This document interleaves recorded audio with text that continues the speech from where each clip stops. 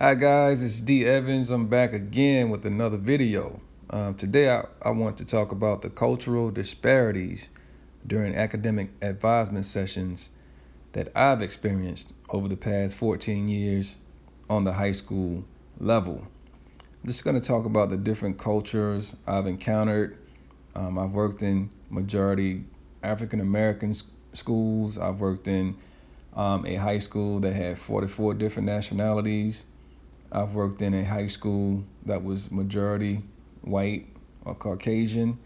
So I just kind of want to let you know what I've experienced. Like I said, I have 19 years, but 14 of the 19 years were spent on the high school level. The other 5 were spent on the middle school level. And so we're going to start off first with the Muslim student. This particular student is focused, speaks multiple languages, discipline. Parents are heavily involved, concerned about STEM. It's one of the big things they push: science, technology, engineering, and math. A lot of the Muslim students want to become engineers. A lot of them pursue the medical field. And like I said, as far as with the parents, I had one particular situation in which a father participated in one of our advisement sessions, and his son did not want to take an advanced placement course in English, his 12th grade year. And dad was adamant about that. Dad knew that that was a weakness of his son. And his son was like, well, Dad, I'm trying to go to Georgia Tech. That is a math and science school. I don't have to worry about English. But Dad was like, no, you're going to take this advanced placement class. I don't care what you say. So they went back and forth for like 5 minutes. I even told Dad and his son they can just go home and talk about it. Just come back to see me the next day to let me know what the decision was. Dad stood up. He said he had to go to work. He hugged his son, he kissed him, and he walked off. I was like, wow. I really enjoyed seeing this father explain to his son the importance of taking this advanced placement English class. That was great. The next culture I want to talk about is the Asian culture. I actually interviewed with a school in China, and I was told about the term tiger parent. I never knew what that was until I started working with Asian students and their parents. Asian students require at least an hour for an advisement session. They want to take all AP classes if they can. They speak multiple languages. And once again, the term tiger parent, it really it means the parent or the student, well, not the student, but the parent is aggressive and will not accept the word no for an answer. You would have to get 5 or 6 people in there to reiterate what you're trying to say as far as what you can't do, to just convince them that it can't be done. But other than that, they're mainly concerned about the STEM field: science, technology, engineering, and math. Most of them become engineers. Most of them pursue the medical field to become doctors.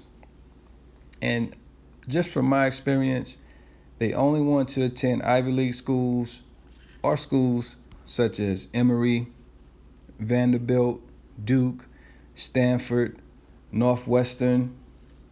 Very prestigious schools. I actually had one of my Asian students to apply to 20 colleges. This particular young man got accepted to all 20.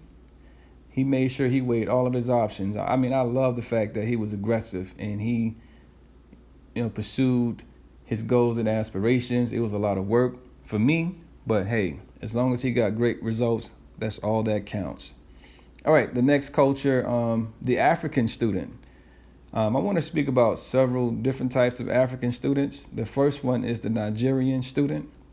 Very focused, disciplined as well, speaks multiple languages, and their parents are heavily involved.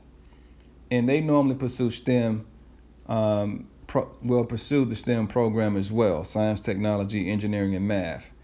Most become engineers, and a lot of them become doctors as well. I have witnessed some Ethiopian, Somalian, and students from the Congo actually do well, but I've witnessed a lot of them struggle as well academically. And a lot of them were just happy to be in the United States because there's a lot of turmoil in some of their countries, and to get away from that is a blessing for them.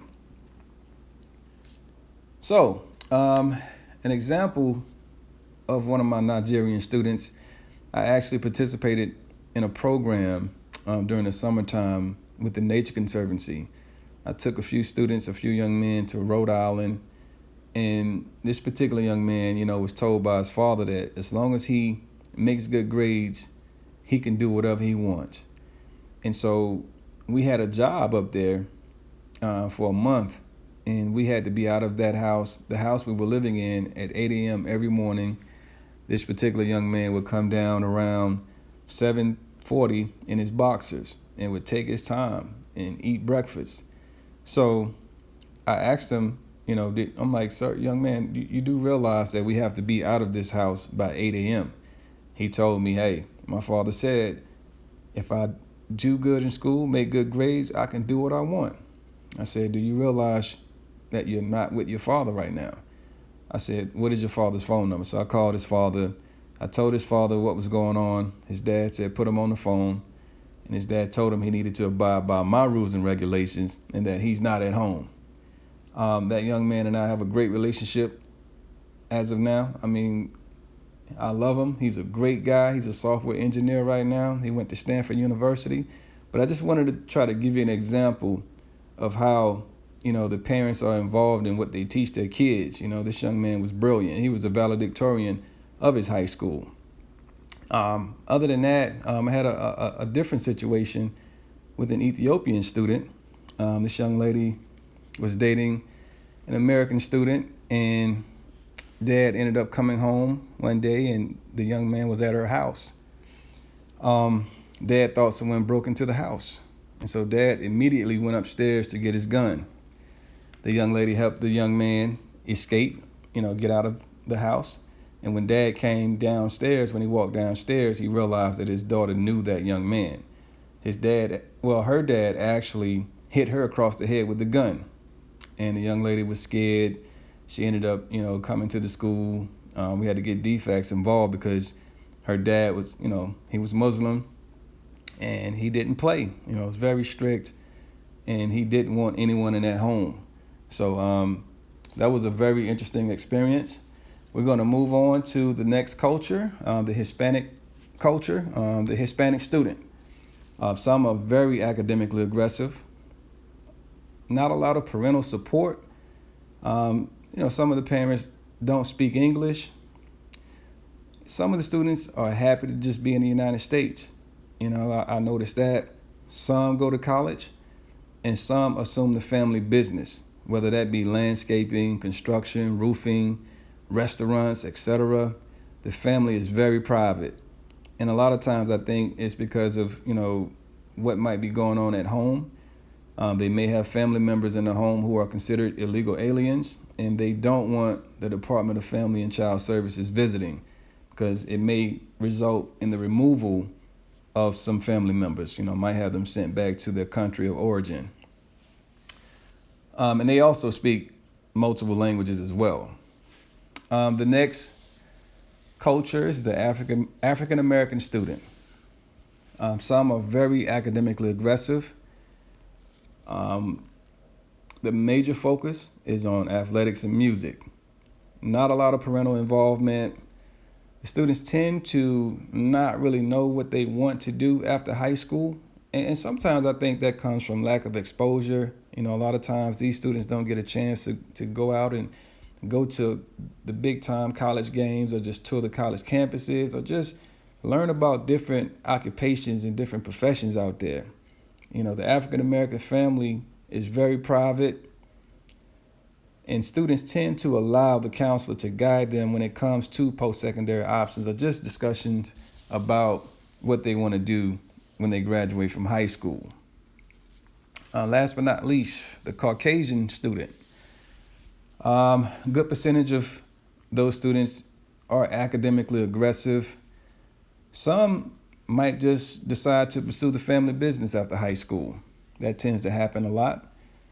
The parents are involved with the post-secondary or college process, And one thing I can say, just from what I've seen as far as working with these particular students, the parents really do focus on the child's social and emotional well-being. A lot of the kids have therapists. They really try to make sure their kids are well-rounded socially, emotionally, and academically. The students tend to pursue a variety of professions. There are some students who don't perform well academically, but the support system they have is impeccable. I've seen students just not care about school, but the parents might have just said, okay, withdraw. We have your job. We have a cousin who owns this business. He's going to give you a job, And so they're still able to help support their kids and give them time to do whatever they need to do to get themselves together, and then possibly go back to school to get a high school diploma or a college degree or a trade or whatever they're trying to do once they realize what they want to do.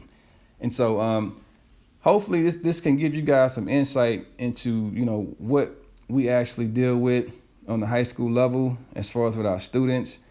It's very interesting to see the dynamics, to see the cultural differences as well. Please like, share, and subscribe. Thank you for listening. Have a wonderful day.